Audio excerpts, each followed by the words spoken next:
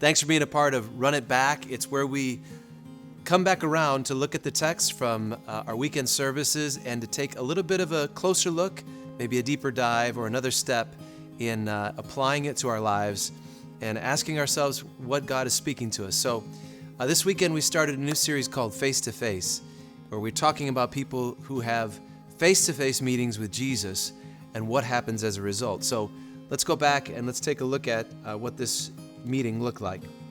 Mark chapter 1, verses 40 to 42, it says, "A man with leprosy came to him and begged him on his knees, 'If you are willing, you can make me clean.' Jesus was indignant. He reached out his hand and touched the man. 'I am willing,' he said. 'Be clean.' Immediately the leprosy left him and he was cleansed." When leprosy would reach its advanced stages, the victim would experience numbness in their extremities. Fingers and noses and ears were the first things to lose feeling, which would become dangerous because if that person was wounded or was cut in some way in those areas, they wouldn't feel it at all. They could die from a simple cut or a sore that became infected because it wasn't treated. So when the man who has leprosy comes to Jesus, the Bible says that he falls at his feet and he speaks to Jesus, and then it gives us this very interesting detail. And I read the NIV translation to you. In that translation, it says that Jesus was indignant. Some translations say Jesus was moved. Some say he had compassion. Others say he was angry. Now, the word there actually means, the way I would say it is that he was provoked.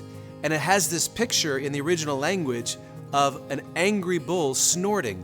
So it's almost that you might say that Jesus was triggered. It seems like a strange response to what is a very understandable request on the part of this leprous man. Not that Jesus wasn't gentle or tender-hearted toward him, but at this moment, he's provoked in some way.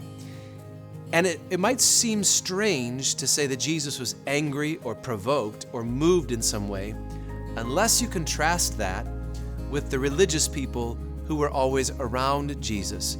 Because while Jesus felt this so deeply inside that he was provoked, they were numb. They were always more worried about what day of the week Jesus was healing people, more concerned about their status and their influence than they were about the actual people that were being helped and that God loved. It's almost like the leprosy of this man that infected him in front of Jesus was just one symptom of a much larger problem that was infecting everyone around Jesus. We would call that problem indifference. Jesus is motivated in everything he says by love. And this passage is no different. The indignation or the anger that Jesus feels is coming from a place of love. And you could say, well, the people around this man don't hate him, so why is that, how different is that from Jesus? But the opposite of love isn't hate. The opposite of love is indifference. When I don't care at all is the final step in not loving something or someone. Later, when we read Matthew's gospel, Jesus is talking to his disciples about the end of times, and he's describing the end of times. And he says in chapter 24, verse 12, he says, "Sin will be rampant everywhere, and the love of many will grow cold." The final stage, Jesus is saying, in the chaos and entropy of the world as we know it, is going to be characterized by sin and indifference. Now, I want to say Jesus followers are supposed to be different. God's people are provoked by the needs around them. We see what is happening around us, the brokenness around us, and we are moved inside to respond to it because that's what Jesus was moved by. Compassion is a word that has passion built right into it. And compassion is when you are provoked by another person's need, when you're moved by another person's situation. When was the last time you were moved by someone else's need? When was the last time you stretched to serve someone different than you? Getting angry about an issue is not what I'm talking about. Playing thumb warrior on social media is not what I'm talking about.